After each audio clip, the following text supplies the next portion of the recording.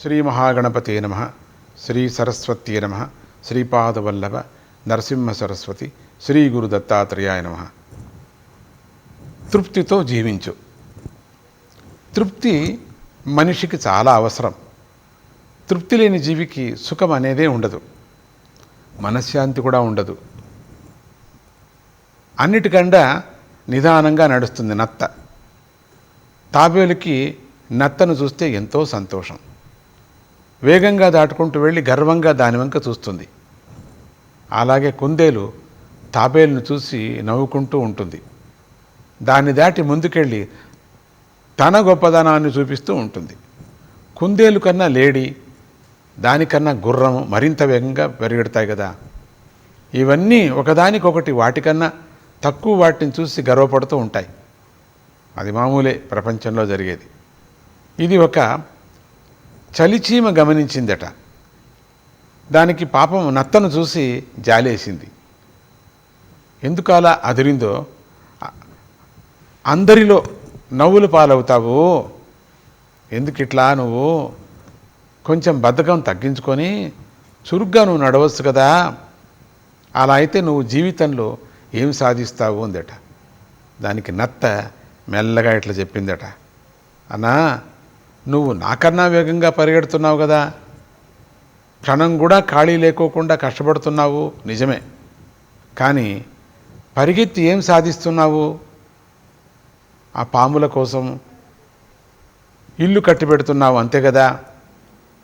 కుందేలు అంతే, ఒక పక్క లేడీని చూసి ఈర్ష్యపడుతూనే మరో పక్క తాబేలును చూసి నవ్వుతుంది.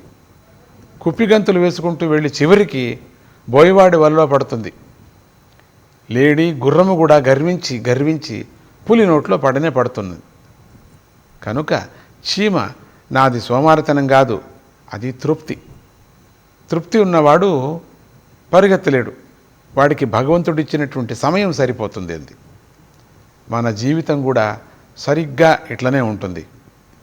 నిరంతరము పక్కవారిని దాటి ముందుకు వెళ్ళాలని, ఏదో సాధించాలని తాపత్రయం పడుతూ ఉంటుంది, పరుగులు పెడుతూ ఉంటారు. మనకంటే తక్కువ వాళ్ళని చూస్తే సంతోషం, అంటే పై వాళ్ళని చూస్తే అసూయ. మనకేం కావాలో మనకే తెలియదు కదా. ఎంత పెద్ద పదవి సంపాదించినప్పటికీ ఇంకా పై పదవి కావాలనేటువంటి ఆశపడుతున్నాం కదా మనం. ఆ పదవి రానంత వరకు కూడా మనకేమనిపిస్తే తాపత్రయం.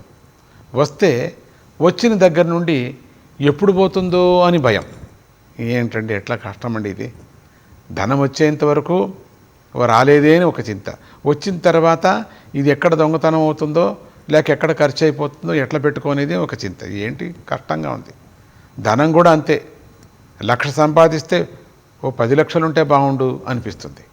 10 లక్షలు వచ్చిందనుకోండి, 1,00,00,000 వస్తే ఎంత బాగుంటుంది. కోట్యాధిపతి, లక్షాధిపతి అనిపించుకోవటం బాగుంది. సడన్గా కోట్యాధిపతి కావాలనిపిస్తుంది. అక్కడికి కూడా తృప్తి ఉండదు.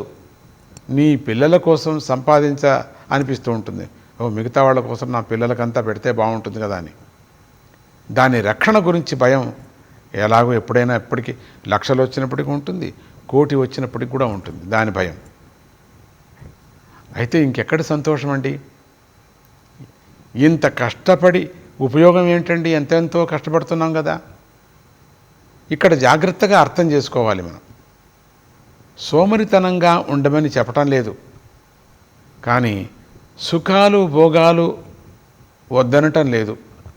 అవే ముఖ్యం కాకూడదు అంటున్నారు ఇక్కడ. అంటే వాటితో పాటు భగవత్ చింతనకు కూడా సమయాన్ని కేటాయించాలి. ఆ సమయాన్ని రాసుకోవాలి మనం. అప్పుడు ఈ సమయంలో ఉంటానని.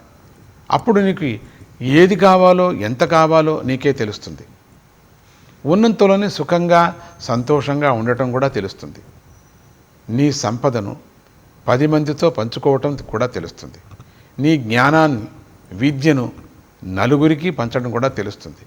నిజానికి తృప్తి అనేది సంపాదనలో లేదు, దాన్ని 10 మందితో పంచుకోవటంతోనే ఉంటుంది తృప్తి అనేది. ఈ సత్యం నీకు బోధపడుతుంది. మనిషిగా జన్మించినందుకు జీవితానికి సార్థకత ఏర్పడుతుంది. అట్లాగాక పక్క వాళ్ళని చూస్తూ గుర్రంలా, లేడీలా, జీవితమంతా పరుగులు పెట్టేటువంటి వారు చివరకు ఏమీ కూడా సాధించకుండానే పులి నోట్లో అంటే మృత్యువు నోట్లో పడుతున్నారు కదా. జై గురుదత్త, శ్రీ గురుదత్త.